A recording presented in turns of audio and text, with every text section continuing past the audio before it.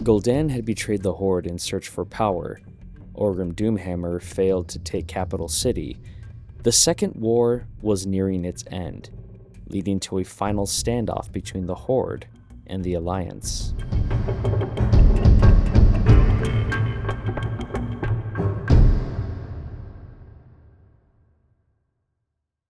If this is your first time visiting the channel, welcome. My name is Quaylen, and I'm in the middle of abridging the World of Warcraft Chronicle series. That means I'm taking the lore contained within the books and condensing it even more than it already is. I'm not diving into the deep details, just sticking to what's written in the books. Currently we're on Volume 2, but if you want to start from the beginning, then I suggest clicking the link in the tab up above or in the description down below. That will lead you to a video that contains all 10 episodes covering the lore in Volume 1. But if you're already caught up with the story, then let's continue our journey into the Tales of Azeroth. Following the departure of Orgrim Doomhammer toward the capital of Lordaeron, Gul'dan convened his supporters to unveil his true objective, the discovery of the Tomb of Sargeras. He successfully seduced the majority of the Stormreaver and Twilight's Hammer clans with the promise of power far greater than anything the Horde's war could offer.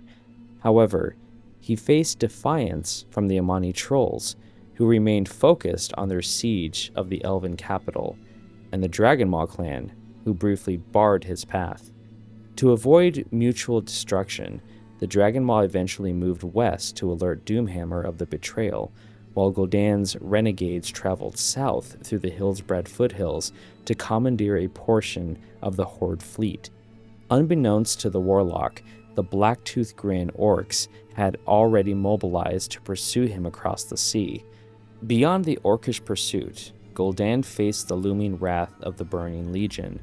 Kil'jaeden, blindsided by the Warlock's sudden treachery, which jeopardized a potential Legion victory, prepared to execute his former servant immediately. However, Sargeras himself intervened, ordering the Demon Lord to stand down so he could enact a more poetic punishment. Rather than granting a quick death, Sargeras intended to lead Gul'dan to the very threshold of the power he craved within the tomb. By allowing the Warlock to nearly grasp his heart's desire before violently snatching it away, the Legion's ruler planned to mirror the exact manner in which Gul'dan had sabotaged the Horde's chances for a final conquest. Gul'dan navigated a treacherous voyage to the Tomb of Sargeras, guided by the stolen memories of Medivh. The journey was plagued by violent storms and colossal waves that seemed to resist his progress, yet the Warlock remained consumed by the divine energies he sensed radiating from the depths.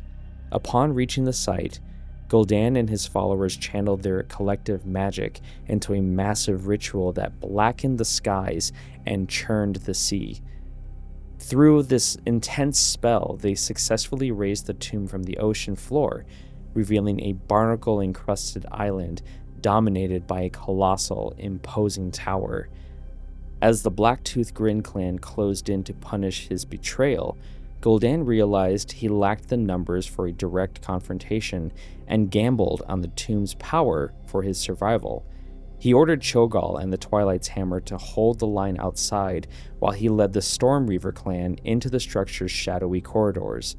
Unbeknownst to the orcs, the tomb was not empty. Ancient demons, originally imprisoned by the guardian Aegwynn, had survived for millennia by feeding on the lingering power of Sargeras' avatar. These creatures, acting under the direct command of Sargeras, emerged from the darkness to slaughter the Stormreavers and brutally flay Gul'dan alive, ripping his flesh and muscle from his bones, ending his life in a brief, agonized scream. Outside the tomb, the Blacktooth Grin, led by Dalrend and Maim Blackhand, decimated the remaining Twilight's Hammer forces. Cho'Gall managed to survive only by the intervention of a few loyal followers who carried his wounded body to a ship and fled into uncharted western waters. After the slaughter, the victorious orcs retrieved Gul'dan's severed skull from a surviving Stormreaver as a trophy of their vengeance. So, if you've ever wondered why you see Illidan holding Gul'dan's skull, well, this is where the journey of that trinket begins. But more on that later. With the architect of the orcs' demonic servitude finally dead, the Black-toothed Grin abandoned the island and sailed east to rejoin the Horde, leaving the betrayer's body to rot in the shadow of the tomb. Following the disastrous betrayal at the Tomb of Sargeras, Orgrim Doomhammer was forced into a desperate retreat toward Khaz Modan. Without a fleet, the orcish army endured weeks of grueling marches and frequent skirmishes with the pursuing forces of Anduin Lothar and Turalyon. By the time the Horde reached the wetlands, the physical and mental toll on the soldiers was immense.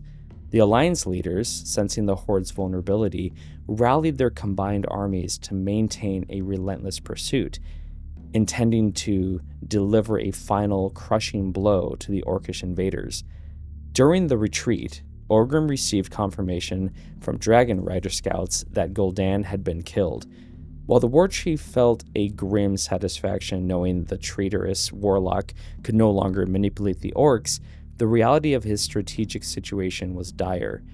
The war had already annihilated over 50% of the Horde's total military strength, and the Black-toothed Grin clan was still at sea, leaving Orgrim without a navy.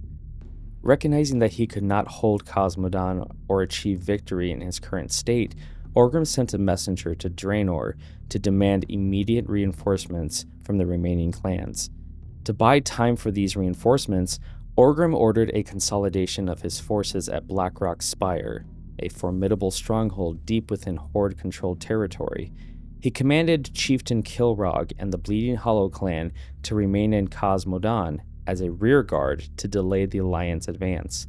Simultaneously, he directed the Dragonmaw clan to gather the remaining red dragons and resources at Grim Batol before relocating to the Spire.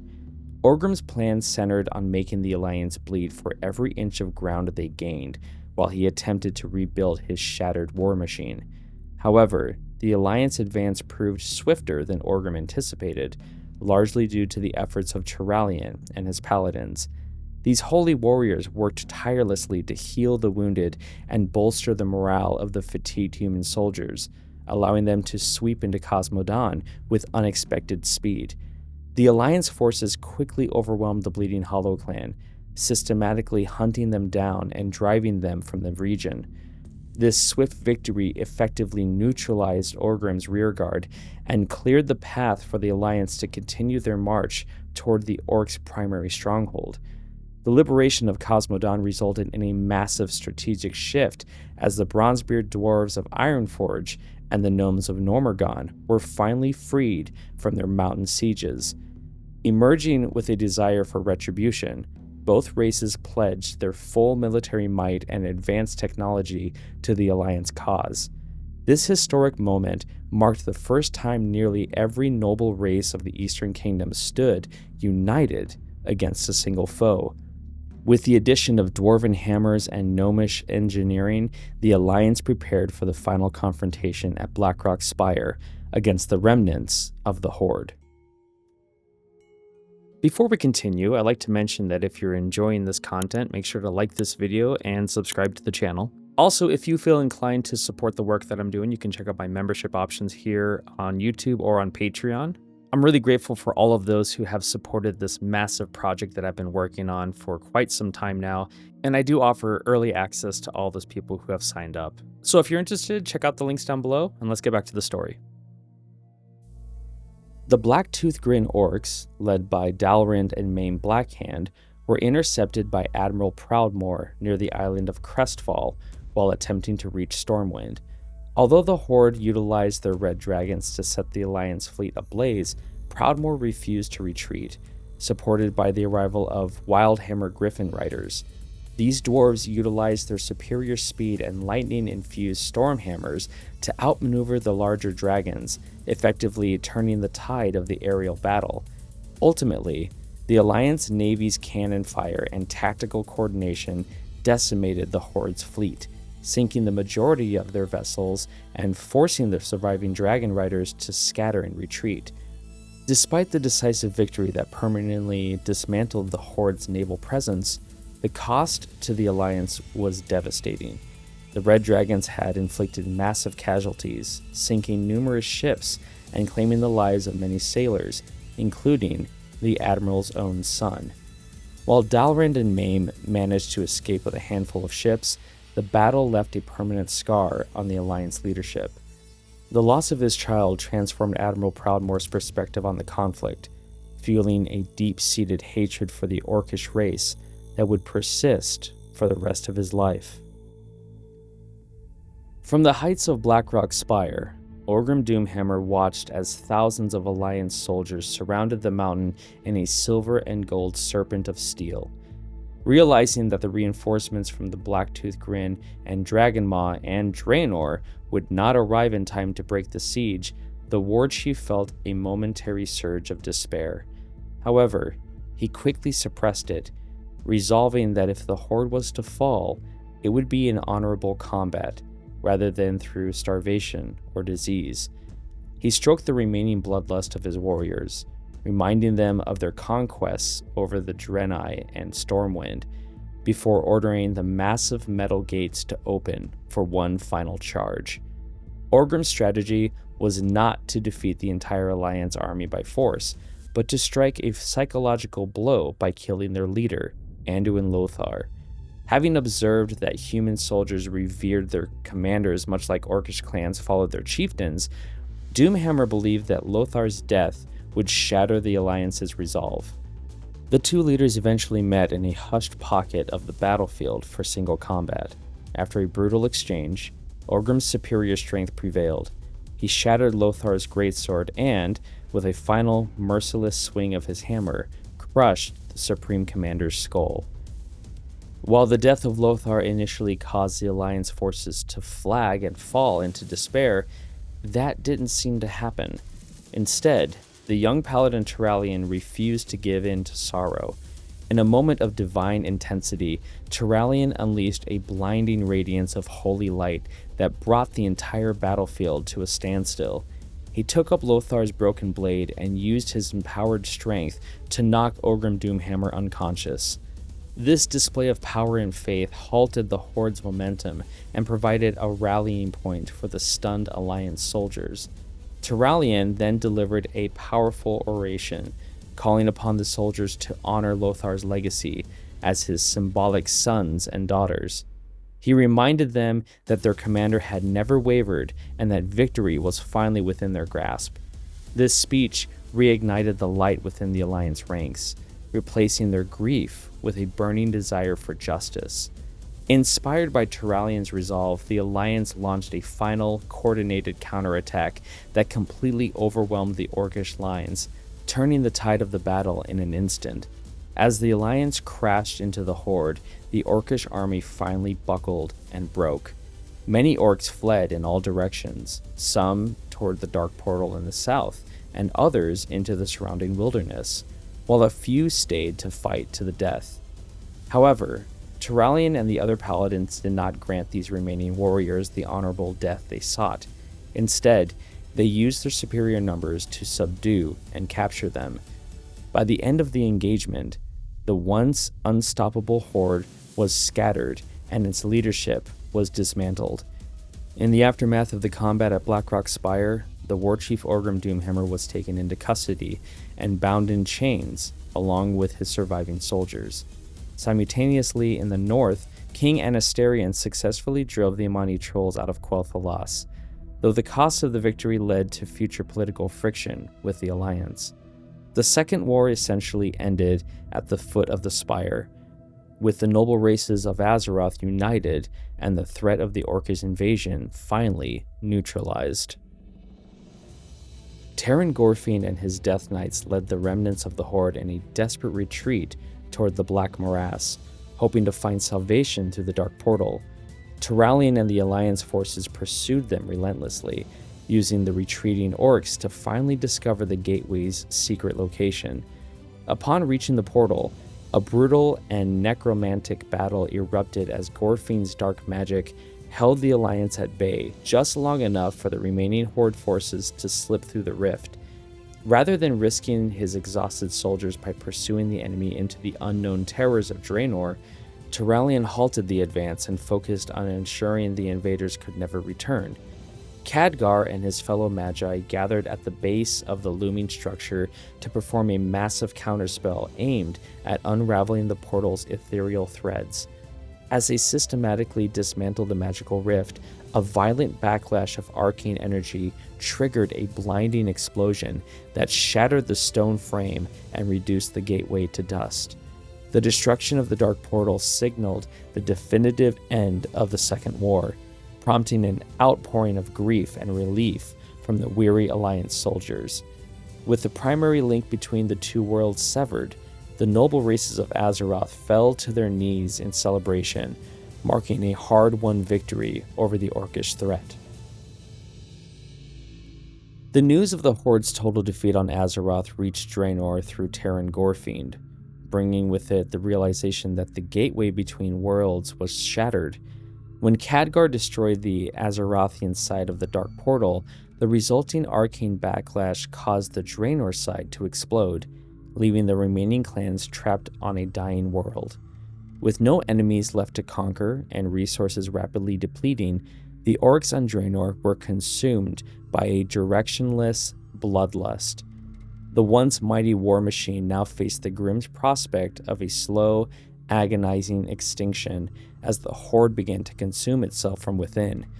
On Azeroth, several large groups of orcs managed to evade capture by the Alliance and went into hiding. Kilrogg Deadeye and the Bleeding Hollow clan, having failed to reach Blackrock Spire or the Dark Portal in time, retreated into the wilderness of the Black Morass to plan their next move. Similarly, the Dragonmaw clan remained entrenched at the fortress of Grim Batol, where they continued breeding and training enslaved red dragons. These scattered remnants represented a lingering threat, though they lacked the unified leadership necessary to challenge the victorious Alliance. A new faction began to coalesce at Blackrock Spire after the Alliance forces withdrew from the region. Dalrend and Main Blackhand, sons of the former Warchief, led the survivors of the Blacktooth Grin and Blackrock clans back into the mountain stronghold. The brothers blamed Orgrim Doomhammer for the Horde's failure and sought to reforge the Horde under their own banner. While they managed to secure a pledge of support and dragon reinforcements from the Dragonmaw, their false Horde was ignored by Kilrogg, who believed his destiny lay on a different path. The aftermath of the war also led to a profound spiritual crisis for many individual orcs who had survived the slaughter. Eitrig, the former handler of Garona, was among those who fled into the northern wilderness alone. Reflecting on the lies of Gul'dan and the demonic influence of Kil'jaeden, Eitrig came to realize that the Horde had brought nothing but doom to his people. Consumed by shame and a sense of betrayal, he officially disavowed the Horde and sought out a secluded place where he could live out his remaining days in peace, away from the violence that had defined his race. Ultimately, the end of the Second War left the Orcish race fractured and broken across two worlds. On Draenor, the clans were trapped in a cycle of rage and starvation, while on Azeroth, the survivors were split between those seeking to restart the war and those who simply wished to disappear. The Alliance had won a total military victory, but the presence of hidden strongholds like Blackrock Spire and Grim Batol ensured that the shadow of the Horde would continue to loom over the Eastern Kingdoms for years to come. While victory celebrations initially swept through the cities of the humans, dwarves, gnomes, and high elves, the jubilation quickly gave way to the grim reality of a decimated continent. From the Hillsbred foothills to the forests of Quel'Thalas, the Eastern Kingdoms were left in ruins, with villages razed and roadways choked with the dead. For the survivors, the conclusion of the war did not bring immediate peace. Many were haunted by the trauma of what they had witnessed, the loss of entire families, or permanent physical disabilities. The emotional struggle to find inner peace proved to be a far more arduous battle than any military engagement they had faced against the Horde. Now serving as the supreme commander of the Alliance, Turalyon found himself burdened by the loss of his mentor, Anduin Lothar. Yet he refused to succumb to despair. Recognizing that rebuilding was the only way to restore normalcy, he gathered the leaders of the Alliance in Lordaeron to pool their resources for the recovery of their war-ravaged nations. Notably, the Kingdom of Alterac was excluded from these proceedings due to its previous betrayal, leaving its fate a subject of ongoing debate among the human monarchs. Amidst this era of reconstruction, personal bonds also deepened, specifically between Turalyon and the Elven Ranger Illyria Windrunner, whose relationship was forged and tested by the hardships of the conflict. A significant portion of the Alliance's reconstruction efforts was directed toward the restoration of Stormwind, which stood as a powerful symbol of humanity's resilience. King Tyrannus Menethil of Lordaeron took a leading role in this initiative, pledging his full support to the fallen kingdom and the young Prince Varian Wrynn. While some refugees were too traumatized to return to their former homes and chose to remain in Lordaeron, others, including Varian, returned to the south to rebuild their lives. Turalyon personally oversaw the repatriation of the citizenry and ensured that the teenage prince was surrounded by experienced advisors to prepare him for his eventual ascension to the throne. While the political and structural rebuilding took place in the south, the Order of the Silver Hand and the Church of the Holy Light focused on the humanitarian crisis in the north. The Paladins, originally formed to combat the Horde, transitioned into a role of healing and support, providing care for the sick and shelter for those broken by the war's atrocities. By coordinating with religious leaders, they worked to mend the social fabric of the Alliance. These combined efforts across the Eastern Kingdoms represented a unified attempt to rise from the ashes of the Second War and establish a future defined by the cooperation of the noble races. While the Alliance focused on reconstruction, a deep-seated hatred for the orcs persisted, leading to a period of relentless hunting and internal political division. Illyria Windrunner, driven by the loss of countless elves, dedicated her life to tracking down and killing orcs who had evaded capture, a sentiment shared by many humans, elves, dwarves, and gnomes who combed the wilderness for vengeance. This state of affairs forced the Alliance leadership into a bitter debate over the fate of their prisoners. While Stromgarde and Gilneas demanded mass executions, King Tyrannus of Lordaeron argued for mercy and the establishment of internment camps. The Kirin Tor of Dalaran supported this moderate approach, wishing to study the orcs and the demonic magics to better prepare for any future conflicts. The Alliance eventually reached a compromise to fund a network of internment camps overseen by the celebrated soldier Daneth Trollbane, though the agreement was fraught with tension. High-ranking veterans were placed in charge of individual sites, including Aedelis Blackmore of Durnhold Keep in the Hillsbred foothills. During the First War, Blackmore had discovered an infant orc named Goel and brought him to the fortress. In secret, he began raising the young orc, whom he named Thrall, with the intent of molding him into a loyal general to lead an orcish army against the other human nations, eventually allowing Blackmore to crown himself king.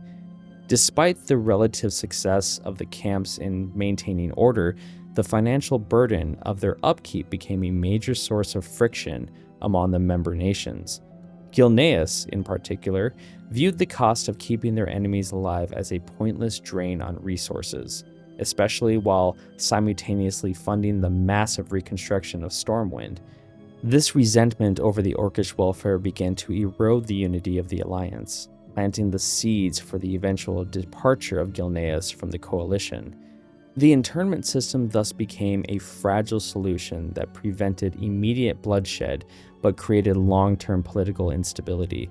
Ultimately, the formation of the camps represented a shift in the Alliance's identity from a purely military coalition to a governing body capable of mercy and scientific inquiry. By choosing imprisonment over execution, the human nation sought to prove their moral superiority over the savage horde. However, the internal corruption of leaders like Blackmore and the fiscal exhaustion of nations like Gilneas ensured that this peace was built on a shaky foundation. The decision to spare the orcs would have unforeseen consequences for the future of Azeroth, as the very prisons meant to contain the threat became the training grounds for its eventual rebirth. Following the Second War, the newly titled Archmage Khadgar remained at the site of the destroyed Dark Portal, where he discovered that the threat of Azeroth had not truly vanished. Despite the physical structure's destruction, a lingering dimensional rift continued to leak volatile fel energies from Draenor into the surrounding black morass, causing the environment to wither and decay. Khadgar found that the rift stubbornly resisted his attempts to close it, creating a permanent bridge that allowed the orcish homeworld's corruption to bleed into the eastern kingdoms. He warned the Alliance leadership that as long as this connection existed, the possibility of a second invasion remained a constant danger to their hard-won peace. To combat this persistent threat, Khadgar secured funding and resources from the Alliance to construct Nethergarde Keep, a formidable stronghold situated on a hilly outcropping overlooking the rift. From this vantage point, Khadgar and his fellow Magi worked tirelessly to neutralize the spreading fel magic and monitor the dimensional tear for any signs of activity. While the rest of the world moved towards reconstruction, the Archmage remained a solitary sentry, frequently musing on the horrors that might still linger on the other side of the veil. His vigilance proved prophetic, as the mysteries of the orcish homeworld were destined to resurface far sooner than the Alliance anticipated.